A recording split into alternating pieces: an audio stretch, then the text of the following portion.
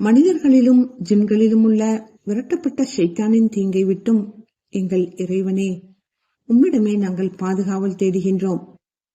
அத்தியாயம் 33. சதிகார அணியினர். ஆயத்து 25 முதல் 50 வரை. நிராகரிப்பவர்களை தங்களுடைய கோபத்தில் மூழ்கி கிடக்குமாறு அல்லாஹ் அவர்களை திருப்பிவிட்டான். அவர்கள் ஒரு நன்மையையும் அடையவில்லை. மேலும் போரில் நம்பிக்கை கொண்டவர்களுக்கு அல்லாஹ் போதுமானவன்.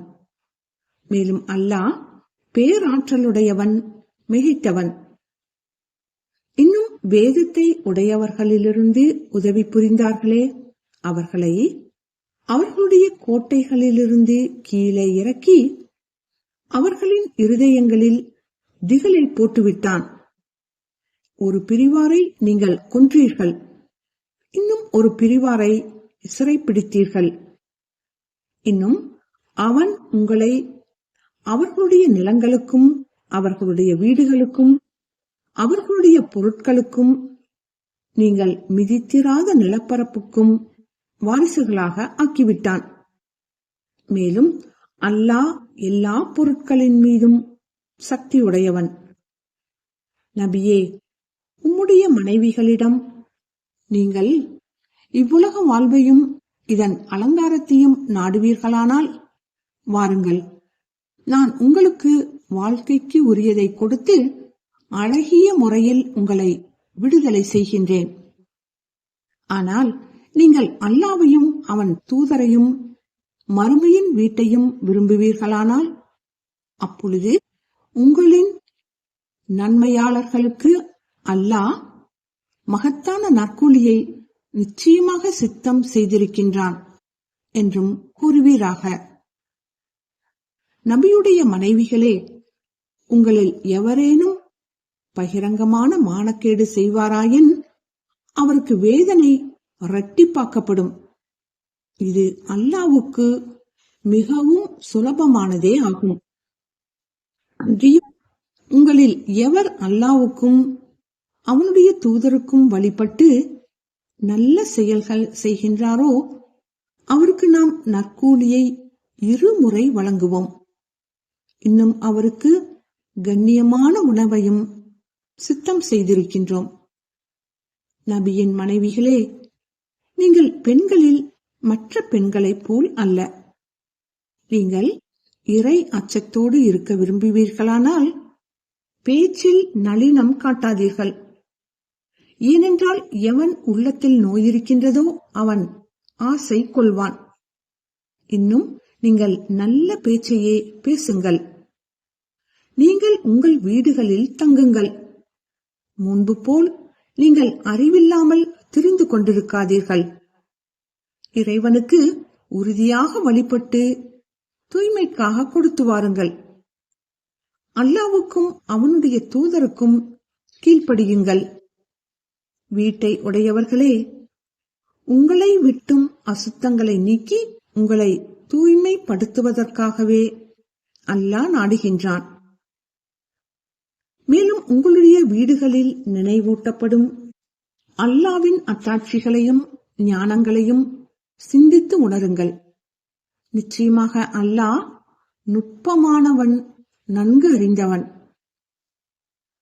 நிச்சயமாக சமாதானத்தை விரும்பும் ஆண்களும் பெண்களும், நம்பிக்கை கொண்ட ஆண்களும் பெண்களும், இறை வழிபாடுள்ள ஆண்களும் பெண்களும், உண்மையையே பேசும் ஆண்களும் பெண்களும், பொறுமையுள்ள ஆண்களும் பெண்களும், உள்ளச்சத்துடன் இருக்கும் ஆண்களும் பெண்களும், தர்மம் செய்யும் ஆண்களும் பெண்களும், நோன்பு நோக்கும் ஆண்களும் பெண்களும், தன்மானத்தை காத்துக்கொள்ளும் ஆண்களும் பெண்களும், அல்லாஹ்வை அதிகமாக தியானம் செய்யும் ஆண்களும் பெண்களும் ஆகிய இவர்களுக்கு அல்லாஹ் மன்னிப்பையும் மகத்தான நற்கூலியையும் சித்தப்படுத்தி இருக்கின்றான்.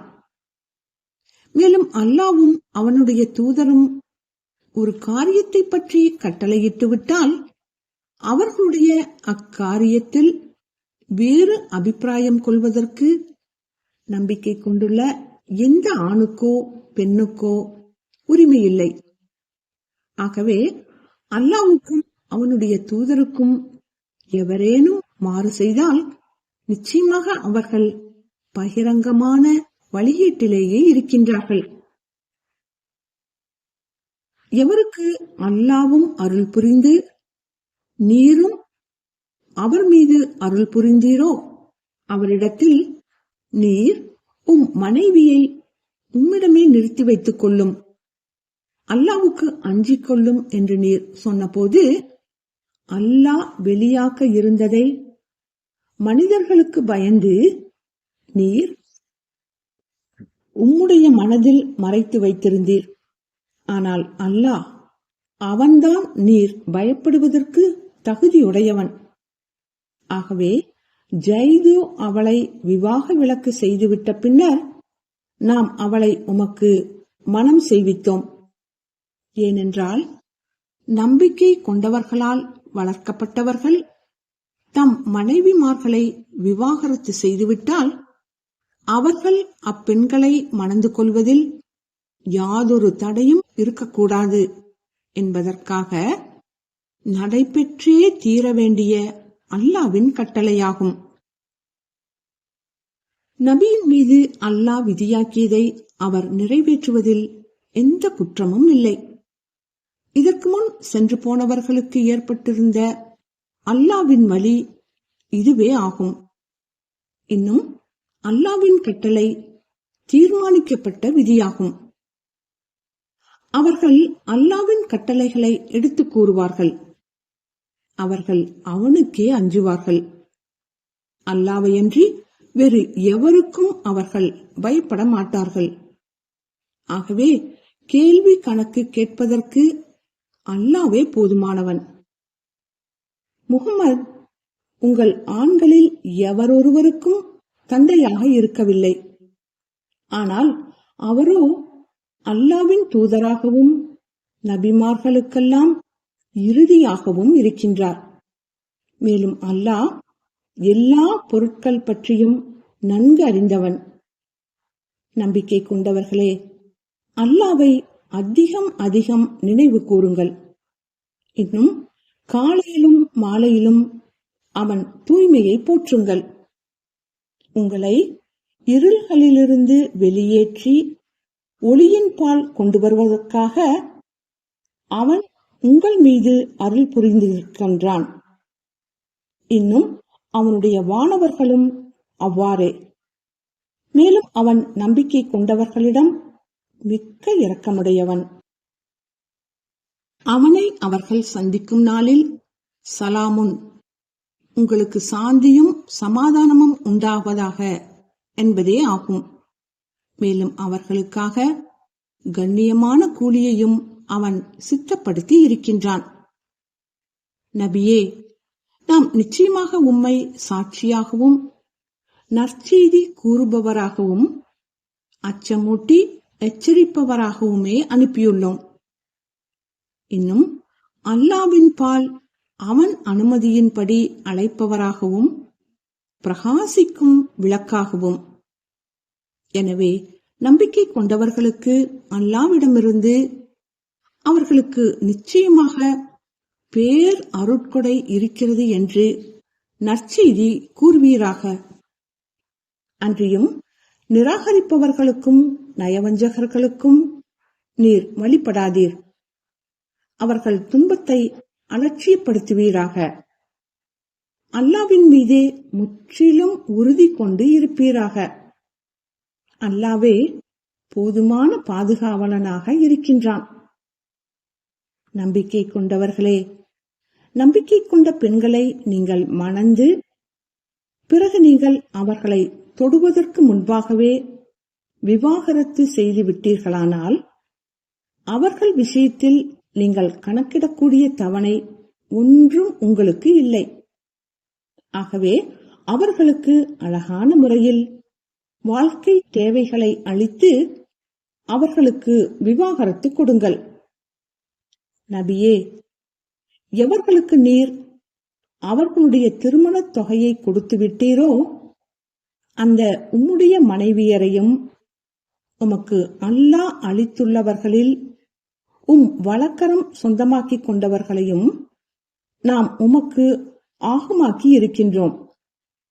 அன்றியும் தந்தையரின் சகோதரர்களின் மகள்களையும் உங்கள் தந்தையரின் சகோதரிகள் மகள்களையும் தாயின் சகோதரர்கள் மகள்களையும் தாயின் சகோதரிகள் மகள்களையும் இவர்களில் யார் உம்முடன் அல்லாவின் பாதையில் தங்கள் வாழ்விடங்களை துறந்து வந்தார்களோ அவர்களை, அன்றியும் நம்பிக்கை கொண்ட ஒரு பெண் நபிக்கு தன்னை அர்ப்பணித்து நபியும் அவளை மணந்து கொள்ள விரும்பினாள் அவளையும்.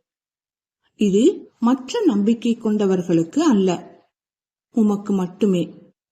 அவர்களுக்கு அவர்களுடைய மனைவிமார்களையும் அவர்களுடைய வழக்கரங்கள் சொந்தமாக்கிக் கொண்டவர்களையும் பற்றி நாம் கடமையாக்கியுள்ளதை நன்கு அறிவோம். உமக்கு ஏதும் நிர்பந்தங்கள் ஏற்படாதிருக்கும் பொருட்டே. மேலும் அல்லாஹ் மிக மன்னிப்பவன், மிக்க அன்புடையவன். அல்ஹம்துலில்லாஹ்.